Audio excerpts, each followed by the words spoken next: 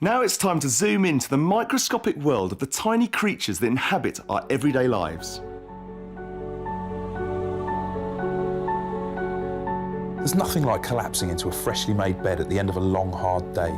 Crisp sheets, plump pillows, a warm, clean place where you can escape the grime and the grind of day-to-day existence.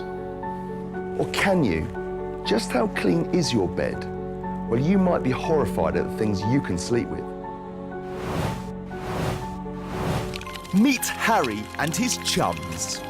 Harry's a dust mite, or Dermatophagoides terranicinus. Try saying that 10 times quickly. He's an ugly sucker, but fortunately, you'll never come face to face with him.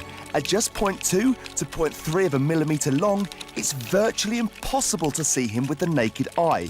And he'll certainly never see you because he hasn't got any eyes. In the average bed, there can be anything from 100,000 to 2 million dust mites. It's extraordinary. And a 2-year-old pillow, the weight of it, 10% of it could be dead mites and their excretions.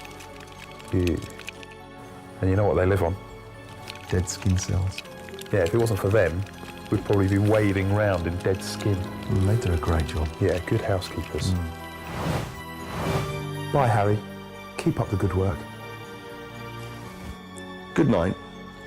Sleep tight.